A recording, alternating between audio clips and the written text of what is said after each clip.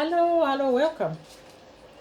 Today I hope this is going to be my last video which I'm going to do about my journey to becoming a British citizen who can vote, who can have a travel document to travel anywhere in the world as long as money is not an issue, and my health as well. With us, some of us.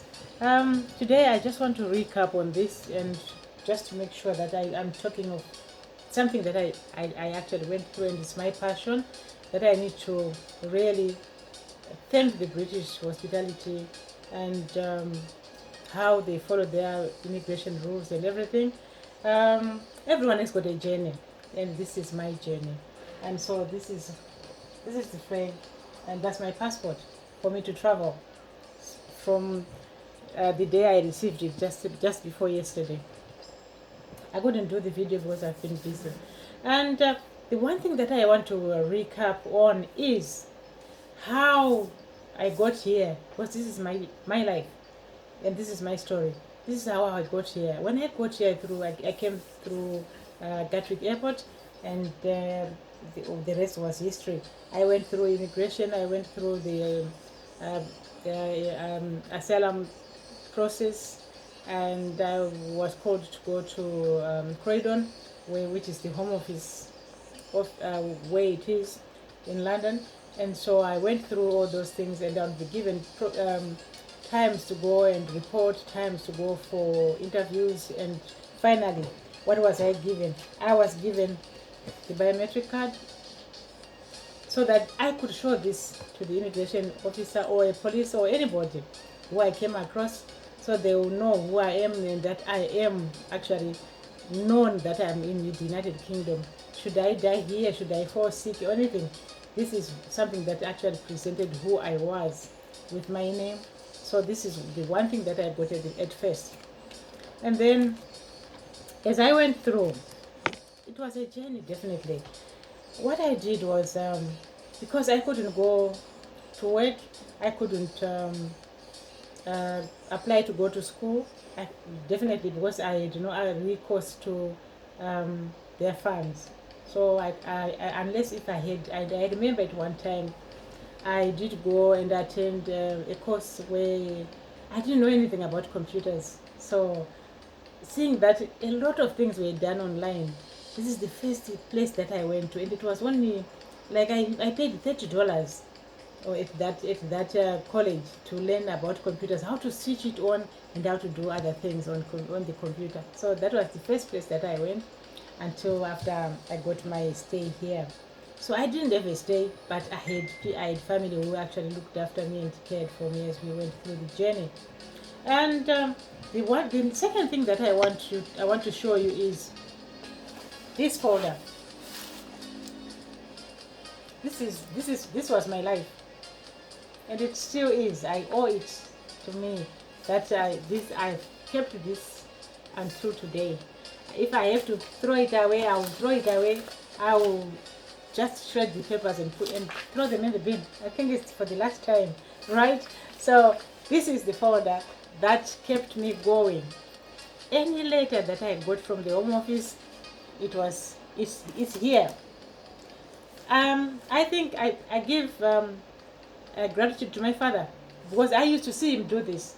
I used to see him put all the paperwork in folders, and he would hang them in the house. So if you wanted your birth certificate, this is where you found it. If you wanted anything that pertains to you, this is where we found them. So as well, I did carry on this, and so I'm passing it on to anybody who is listening today, that this is quite a good courtesy book or file folder, which I used of my whole case of the immigration process. And those who helped me out through the process, like Victor, I really appreciate him. He actually went through a lot, and then he did help me through and through. And now at the end of the day, I'm here to tell my story today. So this is my folder.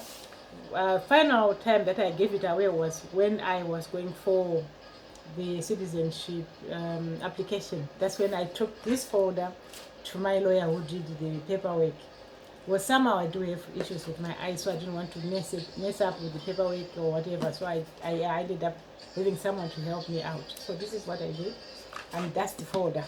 So if you keep your papers like this, you have no issues at all, because you will always know which one to pull out, because when the Home Office or anybody else wants to see your paperwork, it should be somewhere there and well kept, right?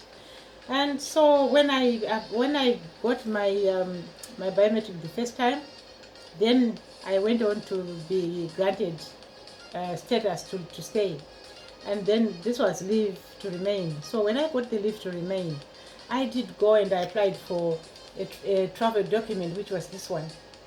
And this travel document is it's a travel document convention of 28 July 1951, which Britain was assigned to. So I'm not sure now that since Britain has come out and now through the Brexit. So this was the second document which I got from this one. Okay, so these were two of them. And finally, by the time that I actually thought I was almost getting there, 5 years, the rules changed. I couldn't go for naturalization. I had to wait another 5 years. So that means I waited 10 years. So you can imagine, you're in a foreign land and you cannot travel. Sometimes it's very stressful. Sometimes you really think, what am I doing here? You can, like me, in my position as a grandmother, a mother, I wish I could travel. I wish I could see my children again. But when I was given the leave to remain, I traveled to see the children in their countries where I was allowed to travel, because with my asylum, I couldn't go to Zimbabwe. So that means I had to stay in the UK and travel around, and so which I did. And finally, when this happened, I traveled to the USA where I wanted to see my children. And what did I do? Well, once I got this document, the travel document, it needed a visa. So I just went to the Citizens Advice Bureau and I asked it, what is it that I need to travel with this document? And they said, yeah, you can apply for a visa called ESTA.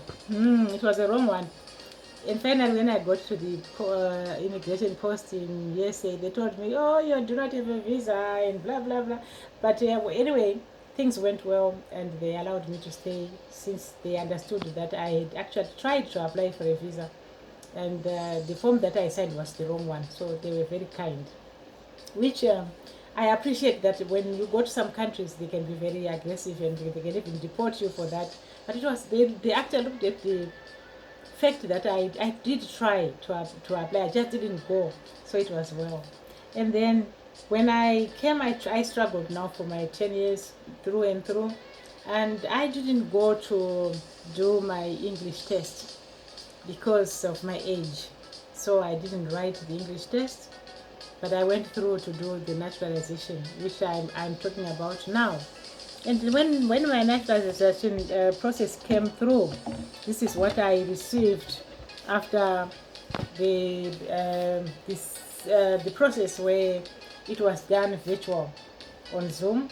Thanks to Zoom, because of the pandemic, I couldn't attend the registrar to do my swearing in and then sing God Save the Queen together with others, and they have to go for dinner. I couldn't do that. I just had to manage to have two friends who actually came to see how my citizenship was conferred on me on virtual. So appreciating the fact that the British hospitality actually took care of me through those times that I traveled up to where I am today, and I got this citizenship on me. I am now grateful to say, finally, I did receive my document which I applied, and it came. So now, I'm now a full British citizen, although I can go and apply to my country the dual citizenship, so I can travel on both passports, whether the Zimbabwean passport or the British passport, which is this one. So finally, what did I do? I did sing the British national anthem, which is God Save Our Gracious Queen. You know, we used to sing that at school. And when we went to the assembly each morning, we used to sing that song because yeah, our country was being ruled by the British that time, and we were colonies for the British Empire until 1980. I was born in the colonial times, which was Southern Rhodesia, and Southern Rhodesia then became Rhodesia after UDI, and then Zimbabwe after 1980. Just want to explain something here that, with immigration, you will not understand exactly what is going on with the immigration rules because each country depends on what they do and how they follow.